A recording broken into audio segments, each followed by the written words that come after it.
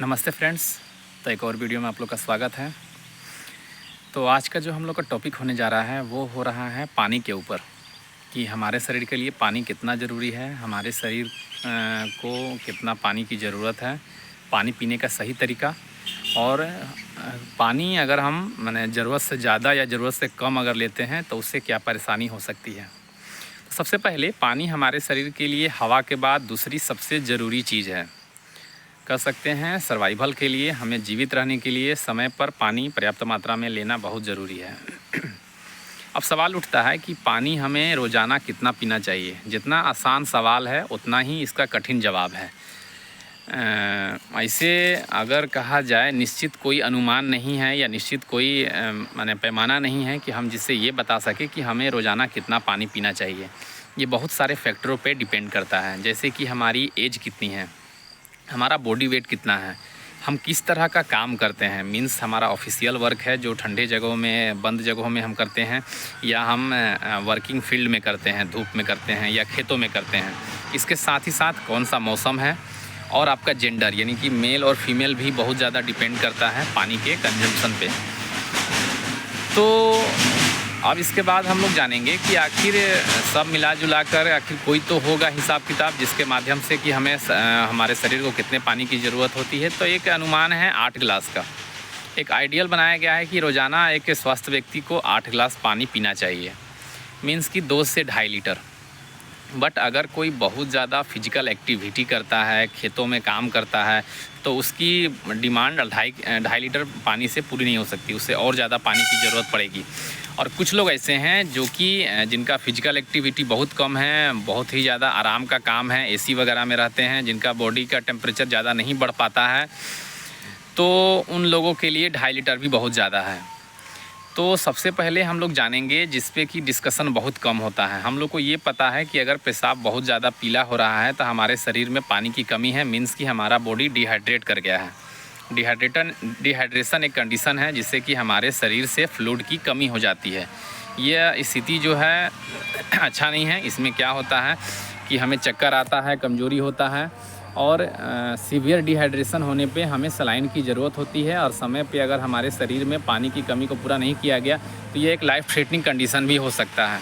इसके साथ ही हमें ये भी देखना होगा कि एक हमारा यूरिन का जो कलर होता है वो पेल येलो होता है, मीन्स हमारे यूरिन का जो कलर है हल्का येलो रहता है।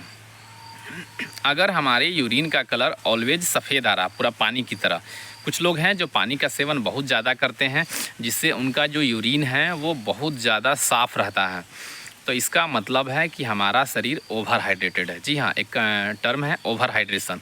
ओवर हाइड्रेशन का मतलब है कि हमारे शरीर को जितनी पानी की ज़रूरत है उससे कहीं ज़्यादा हम पानी पी रहे हैं, और यह कंडीशन उतना ही खतरनाक है जितना कि डिहाइड्रेशन। सबसे पहले अब हम जानते हैं कि हमारे शरीर में पानी का मेटाबॉलिज्म कैसे होता है। हम पानी पीते हैं तो वो हमारे शरीर में किस प्रकार से रिएक्ट करता है, किस प्रकार से हमारे शरीर में एब्जॉर्ब होता है, और हर चीज़ में हमारे शरीर को मदद करता है। तो पानी पीने के बाद हमारा जो आहार नाल होता है, इसोफेगस से होता हुआ पानी हमारा आ जाता है स्टमक में। अगर हम खाली पेट, एम्प्टी पेट अगर कुछ हम खाना ना खाएं और केवल पानी पिएं तो 15 से 20 मिनट समय लगता है हमारे पानी जब हम पीते हैं उसको हमारे माने स्मॉल इंटेस्टाइन और लार्ज इंटेस्टाइन, जहाँ पे हमारे बॉडी में जो है वाटर का एब्जॉर्प्शन होता है, मीन्स स्टमक से पार करके जब हमारा पानी हमारे डाइजेस्टिव सिस्टम में नीचे आता है, जिसे हम छोटी आंत और बड़ी आंत कहते हैं, जहाँ पर वाटर का एब्जॉर्प्शन होता है।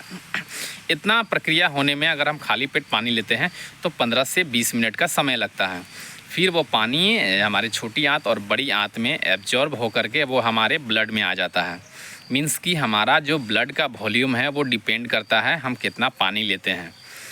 तो हमने जो पानी पिया, मान लीजिए कि आधा लीटर हम लोगों ने पानी पिया, और वो हमारे शरीर में छोटी आंत और बड़ी आंत में एब्जॉर्ब हुआ। एब्जॉर्ब होने के बाद वह हमारे ब्लड में मिल गया, यानी कि हमारे ब्लड वॉल्यूम को बढ़ा दिया।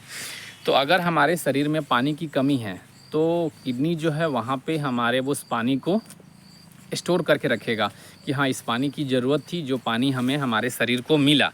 लेकिन अगर हमारा शरीर डिहाइड्रेटेड नहीं है, हमारे शरीर में पानी की मात्रा सही है, तो वो क्या होगा, वो एक्सेस वाटर हमारे ब्लड वॉल्यूम को अनावश्यक बढ़ा देगा, जिससे हमारे शरीर के किडनी और हार्ट पे अनावश्यक जो है दबाव पड़ेगा, क्योंकि ब्लड वॉल्यूम बढ़ जाएगा। ब्लड वॉल्यूम बढ़ने से जो है वो हमारे अनावश्यक जो है ऑर्गन्स को जो है तो लोड बढ़ाएगा ही। साथ ही साथ क्या होगा कि किडनी को जो है जो वर्कलोड है वो बढ़ जाएगा और उसको जो है पानी को निकालना ज़रूरी हो जाएगा, क्योंकि जो हमारे किडनी है उसका जो मेजर काम है हमारे शरीर से वेस्ट को तो वो रिमूव करता ही है यूरिन के माध्यम से। साथ ही साथ अगर हम ज़्यादा फ्लूइड ले लेते हैं, ज़्यादा हम पानी पी लेते हैं एक बार में, तो उसको भी हमारे शरीर से निकालने का काम किडनी ही करता है।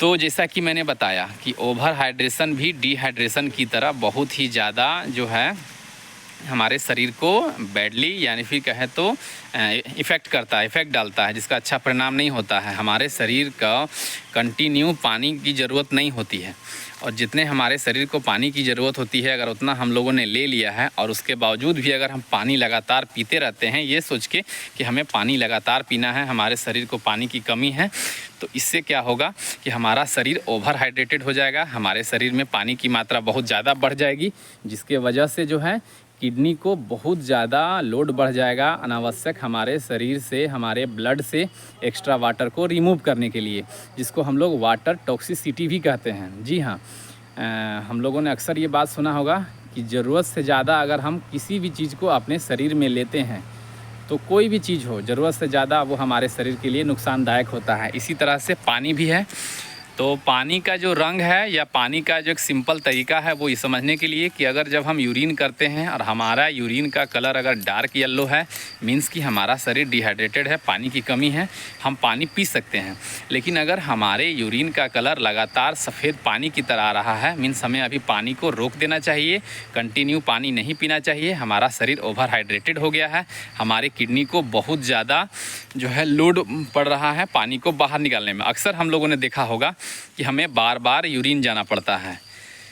तो बार बार यूरिन जाने का मतलब है कि हमारे शरीर में बहुत ज़्यादा पानी स्टोर हो गया है और वो जो है हमारे किडनी के द्वारा बाहर निकाला जा रहा है। तो वो जब भी हम पानी पीते हैं वो एक बार हमारे किडनी से होता है ब्लड के माध्यम से, और किडनी से होता हुआ अगर ज़्यादा मात्रा में पानी है तो वो हमारे शरीर से बाहर निकलता है। तो ये एक नुकसान हुआ कि हमारे किडनी पे और हमारे जो हार्ट पे जो है ब्लड वॉल्यूम बढ़ जाने से दोनों ऑर्गन पे ज़्यादा डायरेक्टली इफ़ेक्ट पड़ता है और वो नुकसान पहुंचाता है। साथ ही साथ एक चीज़ हम जानेंगे कि हमारे शरीर में एक इलेक्ट्रोलाइट होता है जिसे हम लोग बोलते हैं सोडियम, आम बोलचाल भाषा में कहें तो नमक।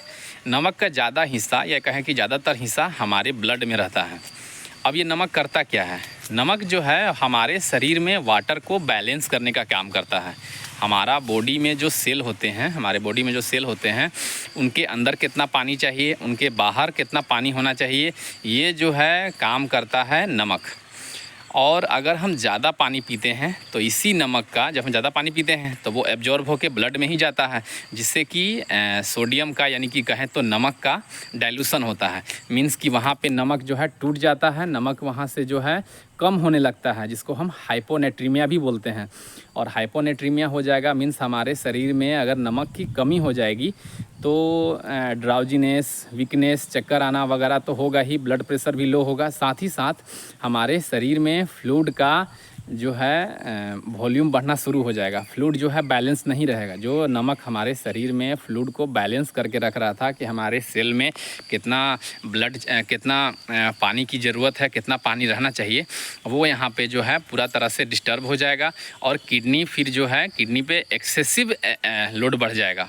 पहले तो किडनी उससे वाटर को निकाल पा रहा था आसानी से, लेकिन अब उसके बाद क्या होगा, जब नमक की मात्रा कम होगी, वाटर का पूरा तरह से इम्बैलेंस हो जाएगा, वाटर का मात्रा हमारे शरीर में लगातार बढ़ता जाएगा, किडनी यहाँ पे अपना वर्क में फेल हो जाएगा और हमारे शरीर में, हमारे सेल में सूजन होना शुरू हो जाएगा। तो हम लोग को पानी पीना है तो हमको हमेशा जो है एक साधारण सा फॉर्मूला ध्यान रखना है कि हमें अपने यूरिन का कलर देखना है।